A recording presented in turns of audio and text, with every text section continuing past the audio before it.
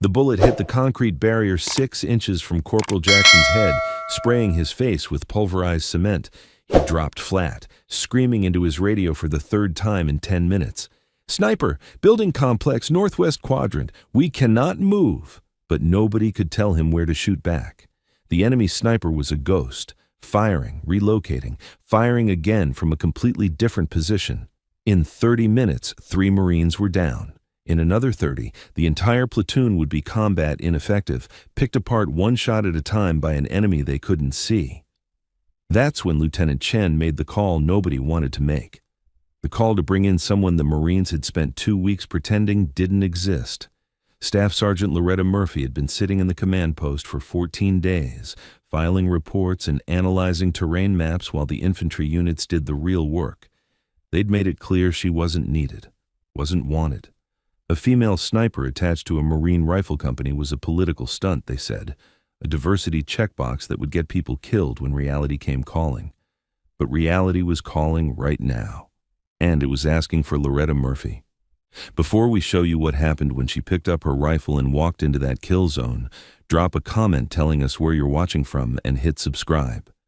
Because what came next wasn't just about making shots. It was about proving that the most dangerous operator in theater might be the one everyone had been ignoring. The forward operating base sits in what used to be an industrial district before the war, turned it into rubble and bad memories. Loretta Murphy arrives 3 weeks ago with orders assigning her to 1st Battalion, 5th Marines, as a precision marksman attached to headquarters element. She's 29, built like a distance runner, with dark hair she keeps in a tight regulation bun and eyes that never seem to stop cataloging angles and distances. Her gear is immaculate, rifle case secured with military precision, load-bearing vest arranged for maximum efficiency. Every piece of equipment exactly where muscle memory expects to find it. The reception is cold from day one. Captain Morrison barely looks up from his maps when she reports in. "Another support attachment. Put her with the intelligence shop. We've got enough bodies on the line already." "Sir, I'm trained as a precision marksman. I can provide overwatch for—" "What you can provide is analysis and reports. We've got shooters. What we need is better information on enemy positions." So Loretta spends her days in the command post, listening to radio traffic from Marines in contact, watching drone feeds of urban combat, building targeting folders that other people use to plan operations she's not invited to join. The rifle platoon makes their opinions clear without saying much directly. Sergeant Vance, a barrel-chested lifer with 18 years in, sums up the prevailing attitude during a conversation he thinks she can't hear. It's not about being female, it's about being a liability. Urban combat is different from whatever range she qualified on. When bullets start flying for real, I need shooters who won't freeze. Can't afford passengers. His words carry across the command post. Loretta keeps her expression neutral and continues studying terrain maps, giving no indication she's heard anything. But she has. And she files it away in the same mental compartment where she keeps every other time someone decides she can't do something before giving her a chance to prove otherwise. The city operation kicks off on a Tuesday morning. 3 rifle platoons pushing into an urban sector that intelligence says is lightly defended. The plan is simple. Clear buildings systematically, establish strong points, expand the security perimeter. The plan lasts exactly 12 minutes. The first sniper shot comes from nowhere, hitting Lance Corporal Davis in the shoulder as his squad moves through an intersection. The crack of the rifle echoes off buildings, making it impossible to pinpoint origin. The platoon scatters, finding what cover they can, but every time they try to move, another shot forces them back down. The sniper isn't trying to kill everyone, just pin them in place, control their movement, make them helpless. 10 minutes later, a second sniper opens up from a different direction, catching second platoon in a crossfire. Now, 2 Marine elements are pinned, unable to advance or retreat without exposing themselves to precision fire. In the command post, Captain Morrison watches the tactical display with growing frustration. "How many shooters are we dealing with?" "Unknown, sir. Could be 2, could be a dozen. They're using covered positions and relocating between shots. Classic urban sniper tactics." "What about counter-sniper assets?" Scout sniper team is with 3rd Platoon, 3 kilometers south. They can't get here for at least 20 minutes. Another voice cuts in over the radio. 3rd Platoon, reporting they're now taking fire from elevated positions. 3 separate elements, all pinned by enemy snipers who seem to shoot from everywhere and nowhere simultaneously. Morrison studies the map, calculating options that all look bad. How many casualties? 4 confirmed hits, 2 urgent surgical. They're stable, but we can't get them out while the snipers have the evacuation routes covered. That's when Lieutenant Chen's voice crackles through, tight with controlled urgency. Actual, this is 2nd Platoon. We need counter-sniper support immediately. We're combat ineffective in taking casualties. I need someone who can find these shooters before they bleed us out. Morrison's eyes sweep the command post, landing on Loretta where she stands studying the tactical feed, her expression completely calm despite the chaos playing out on the screens. Every person in the room turns to look at her. This is the moment, the test that will either prove her worth or confirm every doubt they've been carrying. Murphy, you're a precision marksman, correct?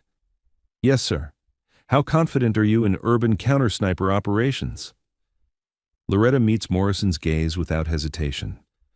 Put me on a rooftop with good sight lines and I'll find them. Finding them isn't enough. Can you eliminate them? Yes, sir. Morrison studies her for 3 long seconds, calculating risks against the reality that Marines are dying while he hesitates. Gear up. You're going in with the QRF. The Quick Reaction Force convoy rolls out 12 minutes later. 3 up-armored Humvees carrying a rifle squad, a corpsman, and 1 sniper who spent 2 weeks proving she exists. Loretta rides in the second vehicle, her rifle case secured between her knees. The weapon inside is a Macmillan TAC-50, chambered in .50 BMG, heavy, powerful, and designed for exactly this kind of urban precision work. Sergeant Vance sits across from her, checking his rifle with practiced efficiency. He hasn't said a word since they loaded up, but his body language broadcasts skepticism louder than any verbal challenge. As they approach the operational area, he finally speaks. Murphy, you ever actually engage targets in an urban environment? Yes, Sergeant. Where? Classified. His expression suggests he thinks she's dodging the question, but he lets it drop. The convoy halts behind a blast wall that provides cover from the sniper positions. Marines pile out, weapons up, scanning for threats that could be anywhere. Lieutenant Chen meets them with the grim expression of someone who's been under fire for an hour. Murphy, you're the counter-sniper asset? Yes, sir. What do you need? Loretta studies the surrounding buildings, calculating angles and sightlines with systematic precision. Elevated position with 360-degree visibility. Access to your tactical net, and everyone stays off my assigned firing lanes once I'm set. Top of that admin building, roof access is clear. My RTO will get you on our frequency. Good. How many enemy snipers are we tracking? We've identified at least 6 distinct firing positions. Could be 1 shooter moving, could be 6 different shooters. They're using suppressed weapons and covered hides. We can't get a fix on any of them. Loretta nods, processing tactical information while her hands automatically check her gear. Once I'm in position, keep your people out of intersections for 30 minutes. I need to draw fire to locate these shooters. Vance's eyes narrow. You're going to make yourself a target? That's how you find snipers, Sergeant. You give them something to shoot at. Before anyone can argue tactics, she's moving toward the admin building with her rifle case and assault pack, taking the stairs 2 at a time while the Marines below prepare to either witness vindication or disaster. The rooftop is exactly what Loretta needs. High enough for excellent sight lines, low enough that she's not silhouetted against the sky, with a parapet that provides cover while allowing multiple firing positions. She sets up in the northeast corner, assembling her rifle with movements so practiced they feel automatic.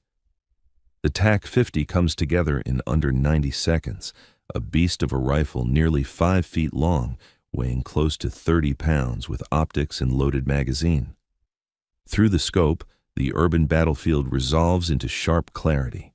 She can see the intersection where 2nd Platoon is pinned, the buildings where enemy snipers are hidden, the terrain that dictates fields of fire and dead zones.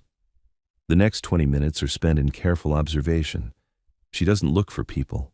Enemy snipers are too professional to expose themselves, obviously. Instead, she looks for inconsistencies, windows that are slightly more shadowed than they should be, debris patterns that suggest recent movement, sight lines that offer perfect ambush geometry. She identifies 12 potential hide positions.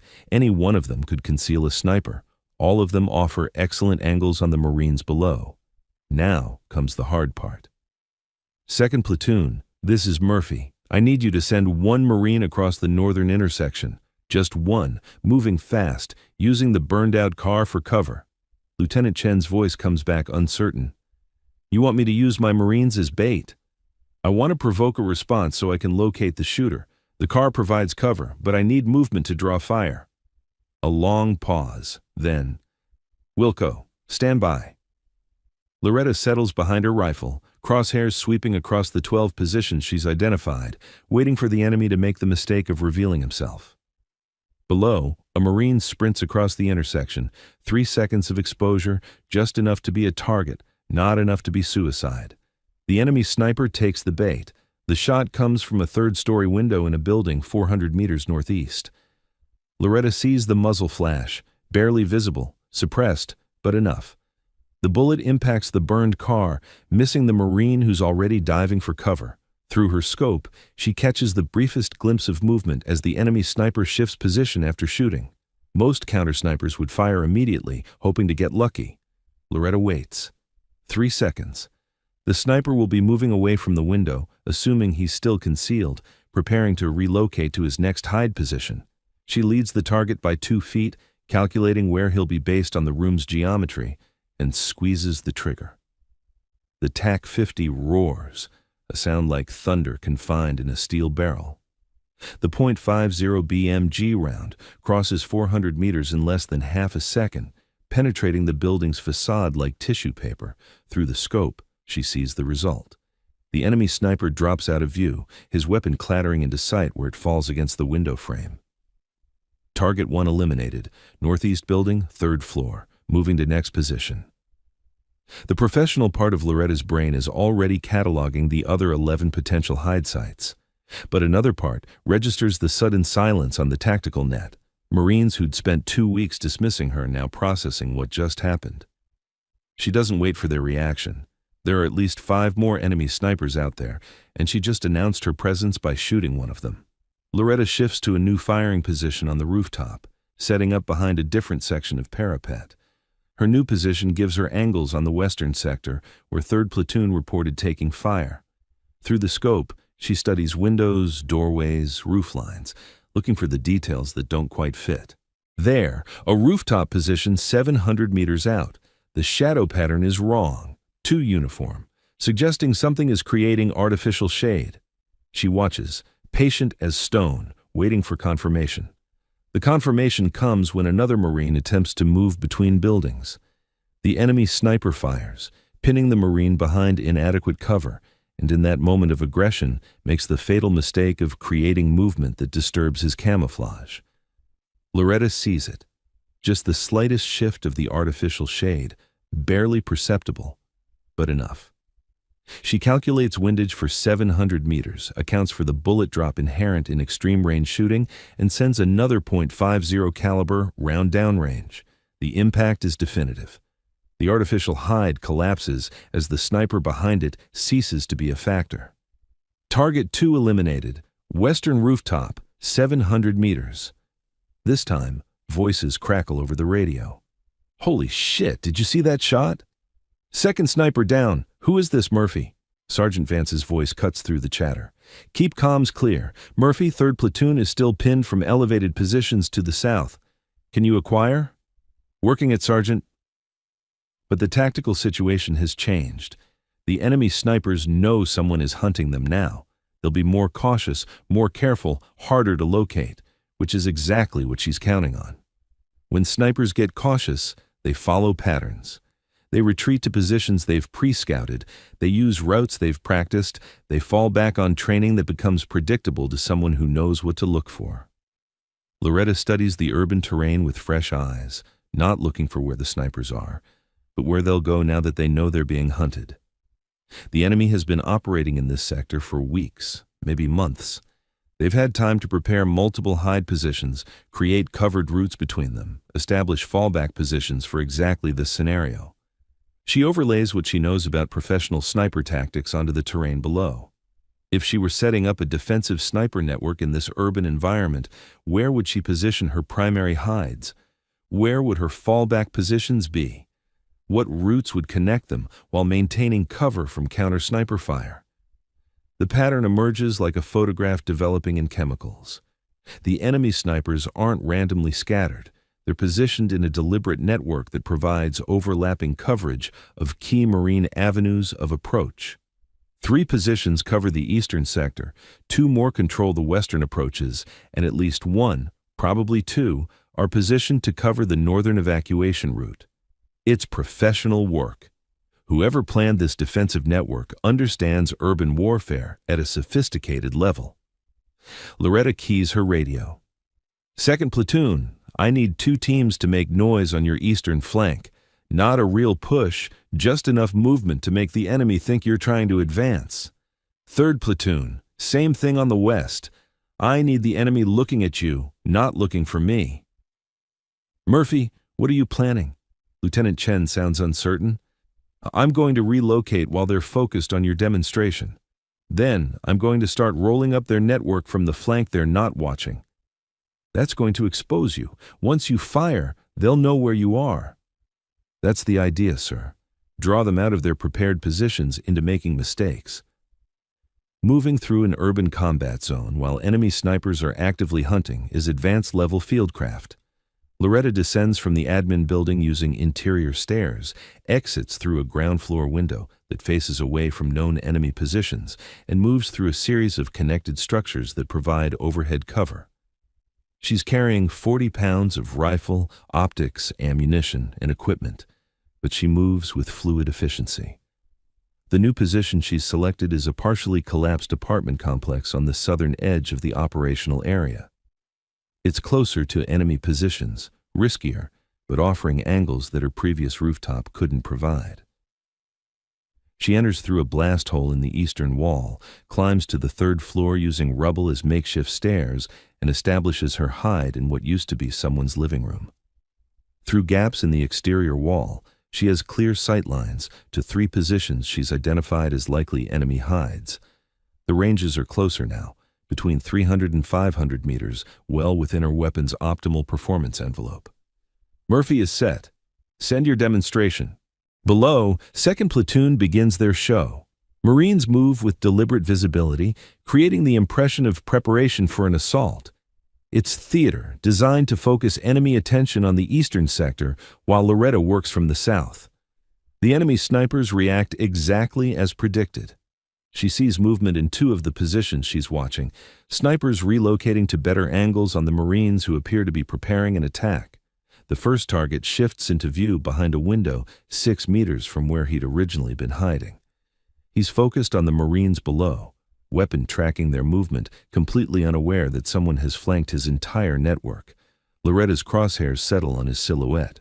Range, 420 meters. Wind, negligible at this distance. Target, stationary, focused on other threats.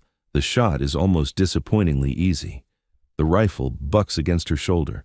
Through the scope, she sees the target drop immediately, weapon falling from nerveless hands. Target 3 down, southern sector 4th floor window. She's already transitioning to the next position. Another sniper is relocating, visible for just moments as he crosses a gap between rooms. Most shooters would never take this shot. The target is moving, partially obscured, exposed for maybe 2 seconds. Loretta doesn't hesitate. She leads the movement, calculates where the target will be in the time it takes her bullet to arrive, and fires. The enemy sniper falls mid-step, his momentum carrying him into the wall before he collapses. Target 4 down, same building, different floor. Now the enemy network is reacting with alarm. They've lost 4 snipers in less than 20 minutes, and they still can't locate the shooter killing them. Loretta watches as the remaining enemy positions begin to shift, snipers abandoning their careful hides in favor of movement that might save their lives, movement that makes them visible. Target 5 appears on a rooftop, trying to relocate to a position that offers better cover. He's moving fast, bent low, but he's also outlined against the sky for 3 critical seconds. Her bullet finds him halfway across the roof. He drops without ceremony, weapon skittering away from his body. Target 5 eliminated, northeastern rooftop. The radio's alive now with voices registering disbelief. Lieutenant Chen's voice cuts through. "Murphy, what's your assessment? How many more are out there?" Loretta scans her remaining sectors, counting probable positions against confirmed kills. "I've eliminated 5 of approximately 12 total enemy snipers. The remaining 7 are breaking contact, moving to fallback positions. They're rattled but still dangerous." "Can you track them?" "Working on it." But the enemy snipers are professionals, and their initial panic is giving way to tactical discipline. They're using covered routes, moving in pairs to provide mutual security, avoiding the mistakes that got their comrades killed. Loretta needs to change the equation again. "Second platoon, begin your actual assault on the eastern sector. Third platoon, push west. I need the enemy responding to multiple threats simultaneously." The Marines begin moving with purpose, advancing through sectors that had been deadly kill zones just 30 minutes ago. The difference is palpable. They're not blind anymore. The enemy snipers are forced to choose, remain hidden and watch the Marines advance unchallenged, or engage and risk being located by the hunter who's been systematically destroying their network. 2 of them choose to engage. The first opens fire on second platoon from a window position he thinks is concealed. His muzzle flash gives him away for just an instant. Loretta's return shot comes 3 seconds later, punching through the building's facade and silencing his weapon permanently. Target 6 down, building complex 2nd floor northwest corner. The second enemy sniper is smarter. He fires once, then immediately displaces, not waiting to assess his shot's effectiveness. He's moving to a new position when Loretta catches him in transition, visible through a doorway for maybe a second and a half. She fires on instinct more than calculation, putting her round through the narrow opening at exactly the moment the enemy sniper crosses it. Target 7 down, moving between positions, east sector. 7 confirmed kills, 5 enemy snipers remaining, and those 5 are now fully aware that staying in the area means dying. Loretta watches as the survivors break contact completely, abandoning their prepared positions in favor of extraction. But she isn't finished. The enemy snipers are retreating through a narrow urban corridor that offers the best covered route out of the operational area. It's smart tactical movement. They're using buildings for concealment, moving in bounds while others provide cover, executing a textbook withdrawal under pressure. But their route is predictable, and predictability is fatal when someone like Loretta Murphy is reading your playbook. She relocates again, this time to a position that overlooks their withdrawal corridor. The new hide is in a partially destroyed hotel, 4th floor, with sightlines down the street the enemy has to cross to reach their vehicles. She sets up behind a wall that's missing its exterior facade, giving her a wide firing port while maintaining most of her cover. Through her scope, she watches the urban terrain, waiting for movement. There, 3 snipers moving together, providing mutual cover, weapons up and ready. They're still dangerous, still professional, but they're focused on the Marines behind them, not on the possibility that someone has gotten ahead of them. The lead sniper pauses at an intersection, checking angles before signaling the others to cross.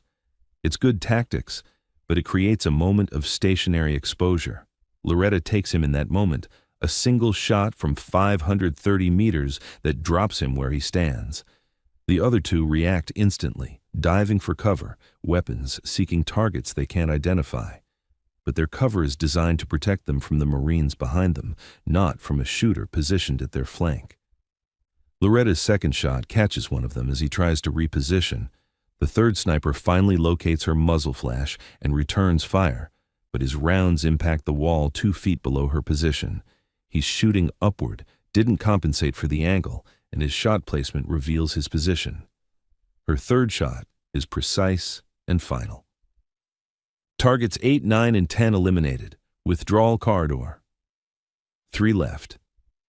And those three have just watched their escape route get cut off by a sniper who seems to be everywhere, see everything, and never miss.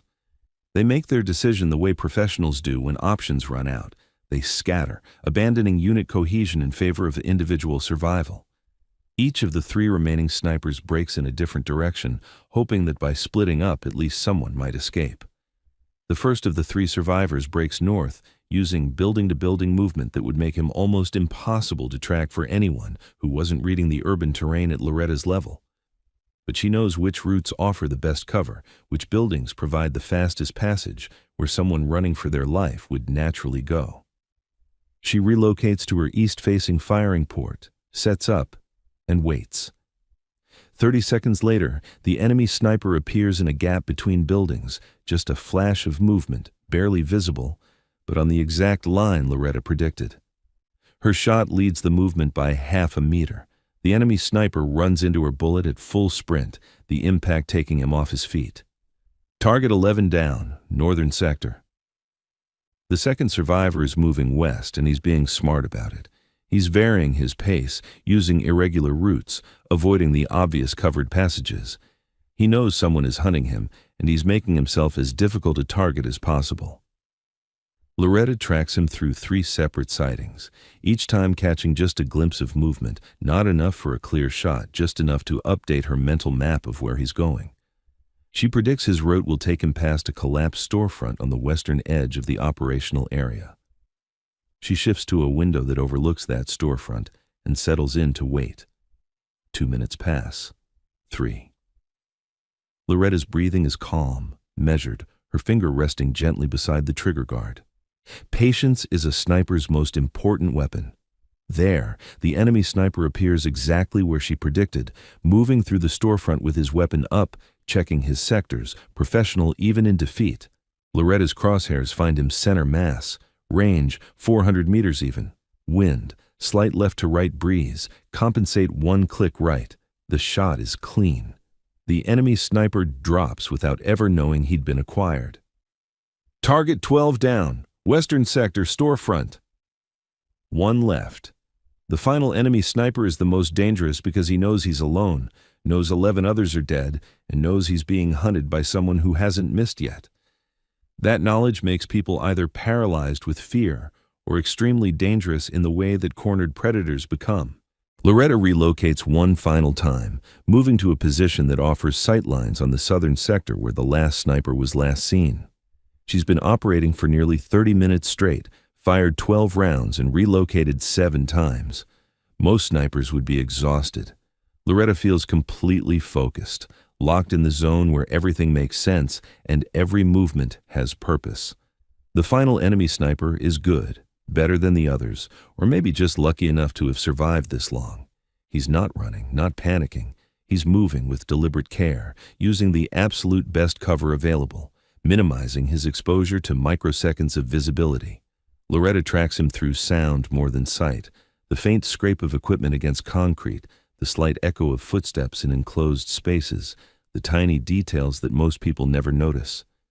She knows where he is, knows where he's going, knows he's trying to reach a vehicle positioned for exactly this kind of emergency extraction. But to reach that vehicle, he has to cross one final intersection, and that intersection is covered by Loretta's rifle. The final enemy sniper approaches the intersection with extreme caution. Through her scope, Loretta can't see him yet, but she can see the shadow pattern changing on the far side of the street, the minute alteration in light that suggests someone is getting closer. He's going to sprint across, fast, unpredictable timing, making himself as difficult a target as possible. She settles her crosshairs on the far side of the intersection, predicting where he'll emerge, calculating lead distance for a running target. The wait stretches. 5 seconds. 10. 15. He's trying to outthink her, waiting for her to relax to assume he's taken a different route. 20 seconds. Loretta's breathing remains steady. Her finger stays beside the trigger guard. 25 seconds. The enemy sniper breaks from cover at full sprint, weapon held tight, using every ounce of speed to minimize his exposure time. But Loretta has been waiting with her crosshairs exactly where he appears. The lead distance is perfect. The trigger press is smooth. The final shot of the engagement catches the enemy sniper mid-stride. He falls in the intersection, weapon clattering on the pavement, and doesn't move again. Target 13 eliminated. Southern intersection. All enemy sniper positions neutralized. For 3 heartbeats, there's absolute silence on the tactical net. Then, the radio explodes with voices. Lieutenant Chen's voice cuts through the celebration. All elements, advance and secure objectives. Murphy, remain on overwatch until we've cleared the sector. Copy. I'll maintain position. Loretta watches through her scope as the Marines below begin moving with confidence that had been impossible 30 minutes ago. Buildings are cleared, intersections are crossed, wounded are evacuated. The urban sector that had been a kill zone is now just another cleared objective. The after-action review happens in the same command post where Captain Morrison had assigned Loretta to desk duty 3 weeks ago. But the atmosphere is completely different now. The tactical display shows the entire engagement, red markers for each eliminated enemy sniper position, blue tracks showing Marine movements, a single green icon representing Loretta's multiple firing positions. 13 confirmed enemy KIA. All targets engaged and eliminated by Staff Sergeant Murphy, operating as a solo counter-sniper element. Time from first shot to last, 29 minutes, 43 seconds. Morrison studies the display in silence. Staff Sergeant Murphy, your performance today was exceptional, the kind of marksmanship that saves lives and changes tactical situations. I'm recommending you for commendation and requesting you remain attached to this battalion as our primary precision marksman. Thank you, sir. Sergeant Vance speaks up from the back of the room. Permission to speak freely, sir? We judged her before giving her a chance, made assumptions based on things that didn't matter. What matters is skill, professionalism, and performance under pressure. Murphy has all 3 in spades. There's a murmur of agreement from the other NCOs present. Loretta maintains her professional composure, but something settles inside her. The recognition that she's proven what needed proving, earned respect through the only currency that matters in combat. The next morning, Loretta is moved from the command post to the sniper platoon's workspace. Her rifle case sits on a workbench that's now officially hers. The scout snipers who'd been politely distant for 3 weeks are suddenly eager to talk shop. They want to know about her equipment choices, her ranging techniques, how she calculated those moving target solutions. Corporal Jackson brings her coffee one morning, setting it down on her workbench with awkward gratitude. That sniper had me dead to rights, Staff Sergeant. Had my range, had my position, just needed one more shot. You eliminated him before he could take it. That's the job, Corporal. After he leaves, Loretta sits for a moment with the coffee, thinking about the strange economics of combat, how 13 eliminated enemy snipers translates into Marines who go home alive, letters that don't have to be written, families that don't get destroyed by notification teams. The mathematics are brutal and simple. Her skills, applied at the right moment, create outcomes that matter in the most fundamental ways possible. 3 days later, intelligence reports that enemy forces are establishing new sniper positions in a different urban sector. The mission briefing includes all 3 rifle platoons and Captain Morrison. Loretta attends as the primary counter-sniper asset, a role that's now officially hers. The enemy has adapted. They're using positions with multiple exits, firing in pairs to provide mutual support, maintaining better fire discipline to avoid giving away their locations. All eyes turn to Loretta. She studies the imagery, cataloging positions and sight lines. They've learned that individual snipers can be hunted and eliminated, so they're clustering, using buddy teams, creating overlapping fields of fire. Can you counter it? Morrison asks. Yes, sir, but I'll need support. 2 additional scout snipers working coordinated firing positions, drone coverage for real-time observation, and permission to employ some unconventional tactics. Loretta works with the other scout snipers for the next 2 days, developing firing positions, calculating ranges, establishing communication protocols. They rehearse synchronized shooting, 3 shooters engaging separate targets on a single countdown, creating simultaneous impacts that give the enemy no time to react. They run the drill 20 times, refining timing, adjusting for individual shooter rhythms, building the muscle memory that will make it work under stress. The mission goes exactly as planned. 3 sniper teams in coordinated positions, waiting for the enemy to reveal themselves, then executing synchronized fires that collapse the enemy network before they can react. 6 enemy snipers down in the first 8 seconds. 4 more eliminated in the subsequent 3 minutes as the survivors try to relocate. The rifle platoons advance through terrain that had been a death trap, now rendered safe by precision violence applied with surgical timing. After the mission, Loretta sits on the same rooftop where she'd made her first shot weeks ago, cleaning her rifle with methodical care.